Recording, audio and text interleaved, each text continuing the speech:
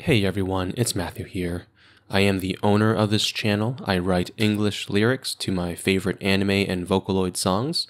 I organize choruses, I mix, and sometimes I even sing.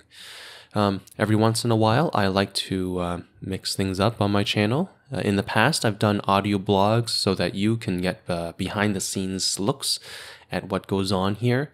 A few weeks ago, I did put out a Twitter poll asking what you guys wanted to see for my next milestone video, and an overwhelming majority of you asked for a video about mixing.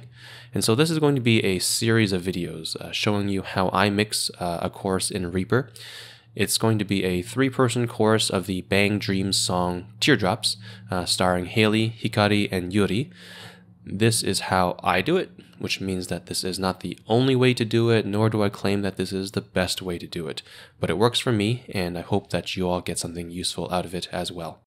And so the first thing you'll notice is I've got Reaper open right now. I've already started setting up my project, and so preparation is the most important thing before you actually start doing any mixing.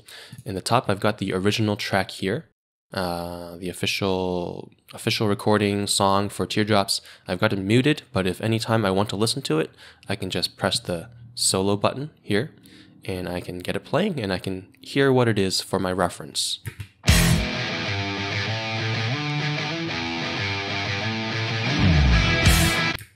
Like so. Next, I have the instrumental track, and what I've done, if you scroll in, I've actually kind of slid the tracks around, and basically, it's oftentimes you'll find that the official recording and then the official instrumental track are offset in timing by a quarter or half a second. I slid this around a little bit just so that everything lines up. Makes it easier to compare if I want to switch between our mix and the official track. In Reaper, there's a nice function that you can have folders. So I've created a folder here for all my voices. I labeled it Vox. What you can do is you can right-click anywhere, and then you can look, I don't know where it is. Here, insert new track. And then when you have your audio tracks later on, you can actually drag them around, right? So if I were to click and hold this, I can drag them. If you kind of manipulate them in between the tracks, you can see that the blue line changes, and I can turn that into a folder. Now inside this folder, I've got my vocal tracks, and so here you can see 4 tracks. These are all of Haley's lines. I've labeled them all nicely. Haley, mains, mains, brackets, harms, brackets, and you can name them whatever you want, but just be consistent with all your vocalists. The next thing you're going to do, or the next thing that I do, is I get kind of a default plugin chain going. So in Reaper, if you look at this column over here, this FX button, that's where you pull up your plugins, okay? Your own DAW will have its own plugins, but this is what I start every vocal track with. I pull up, here we go, Refer. This is what I use for removing background noise. And when you load it up, what you do is you change the mode to subtract, and then you can click this box here to build the noise profile. Okay. And so if you pull up a blank section of the track, you activate the plugin, and you just take a listen. I'll play the audio. You can see in this box what the background noise is going to be.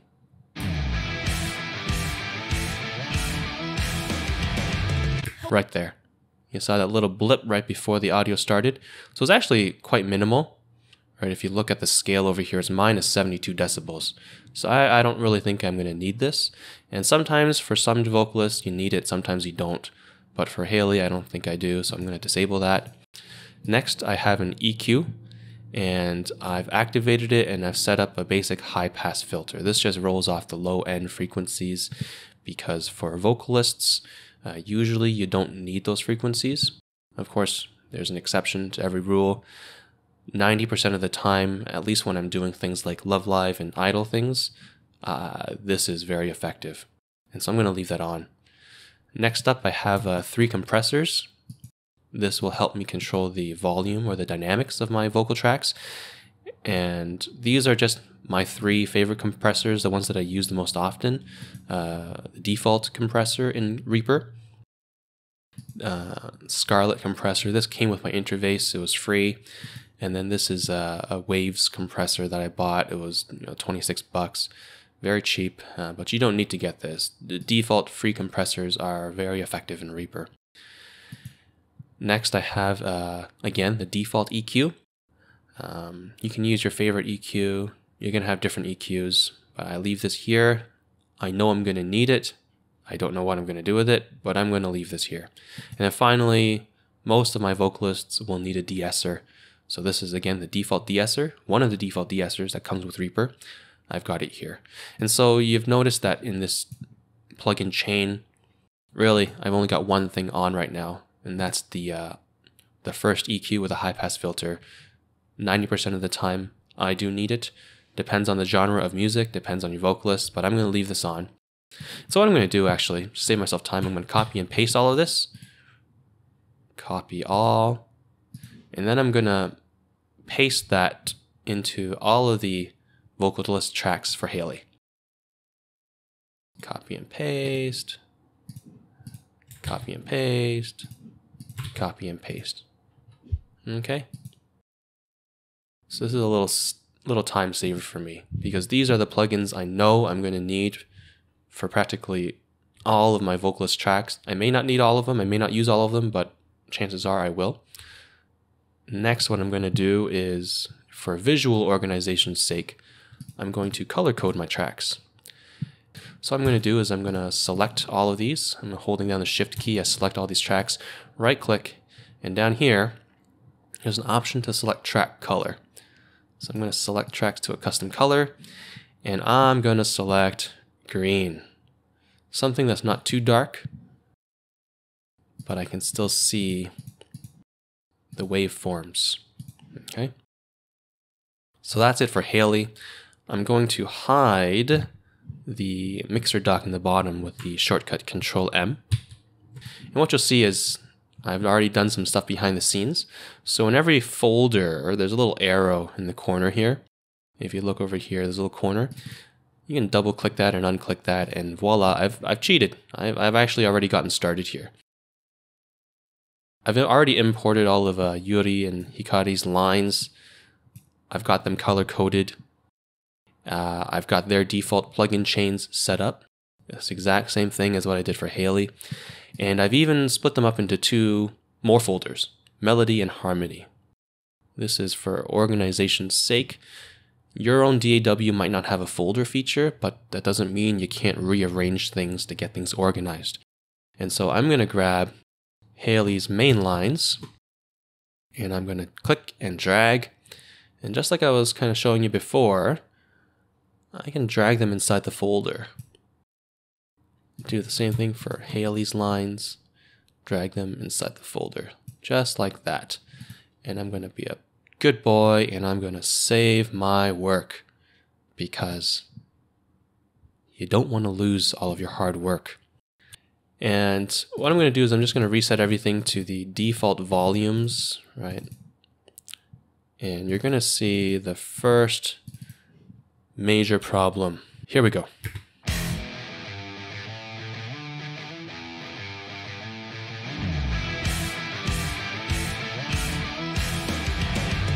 A winding teardrop revolution, a single truth you have engraved in my mind. Don't stop till tomorrow, this is my time. So fine. My heartache spins a dream before me. Hey you saw my dream too. Going forward. Okay. So I think you get the picture there. It's really loud and really quiet, and it can't make up its mind. Some of it is because there's 3 different vocalists all singing at the same time in the chorus. It gets loud. And then you have one vocalist singing during the verse, and it gets soft. But it's not just that. Even if, for example, if I pull up here, I'm going to expand one of Yuri's lines here. You can see during this part here, nice and normal looking waveforms. And then here, even within one track, it's really soft. There's a huge difference. And that's one of the major challenges when you're mixing a chorus, especially for what I'm doing. The volumes are all over the place between sections of songs, between vocalists, and even for the same vocalist for different sections of the song. And so that's going to be one of the major things we're going to try to tackle. In addition to that, the other thing that's really important is pitch, right? Pitch correction. And so, some people think that when you auto-tune people or pitch correct people, it's cheating. And, sure, fine, it's cheating if that's what you want to call it. But when you have several different singers all singing at the same time, if a couple of them are off key, it's very, very noticeable and it just doesn't sound good. The last thing that needs to be fixed for a big chorus, or even a small chorus like this, is the timing.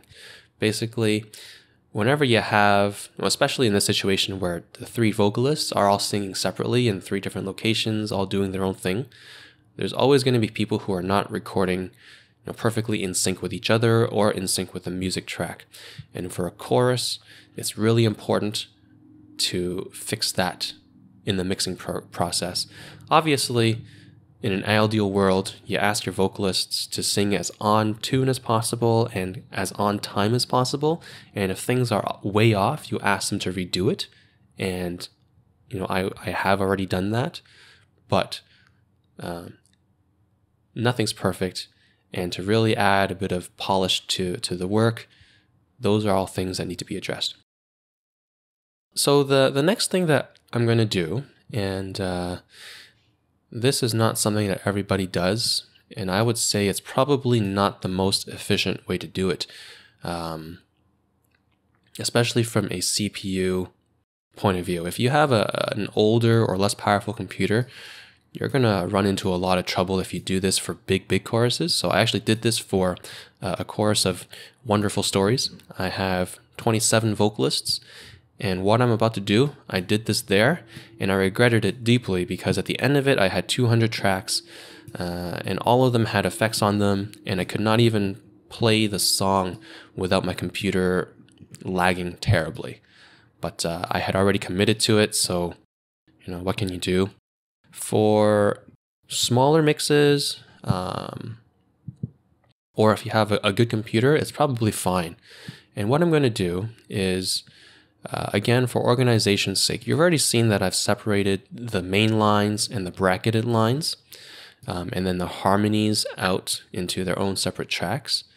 But what I also like to do sometimes is break out the solo sections and the group sections. So I'll show you what I mean. I'm going to zoom in a little bit here. If I'm only looking just at Haley's first main line, I'm going to get it playing. A winding teardrop revolution, a single truth you have engraved in my mind. Don't stop till tomorrow, this is my time. So fine. My heart aches. Right there. So that's a solo. And what I'm about to do, I do it because the theory is that when you mix your solo sections versus your group sections, you're going to use different settings. You might use different plugin settings, but you're definitely going to use different volume settings. If I scroll ahead here to this big section here,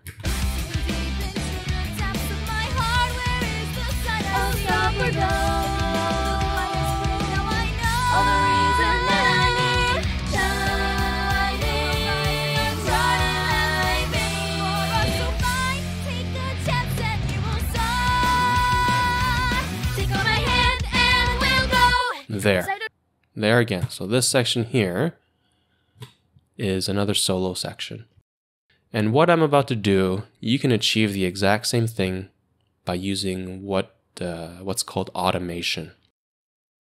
but I'm a little bit of an obsessive compulsive personality, and I like to get things really nice and organized, probably to my detriment.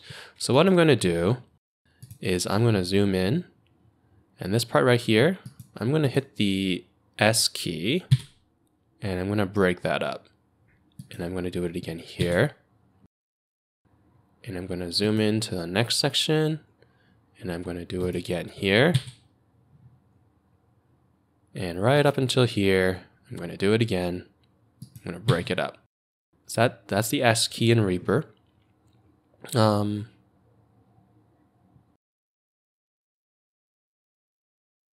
I don't know what the rest of these sections are. I don't remember off the top of my head, but I would do it all the way through. And what I'm going to do is I'm going to right click, I'm going to duplicate the track, and then I'm going to start cutting stuff out. So this is a group section. This is a solo section. This is a group section. This is a solo section, etc. So obviously this isn't done. There's all of the stuff that I should have done as well, but what I'm doing is I'm slowly isolating all the solo sections so that I have the ability, if I label this solo, and I pull up the mixer dock again, here, I have the option of changing the fader separate from the rest of the tracks. And again, this is not the most optimum way to do it, but no matter how you do it, the reason for this is it gives you finer control of the dynamics or the loudness of the different sections. And you can do this with automation, and when I get to the latter half of the mix, I'm still going to be using automation to do this. But this helps me stay visually organized. I like how it looks. You don't have to do it. But that's just me. I'm going to go ahead and do the same thing for every track here. And the next time you see me, everything will be nice and pretty, and you're going to laugh at me, but that's okay. So until next time, you take care of yourselves. All the best. Bye-bye.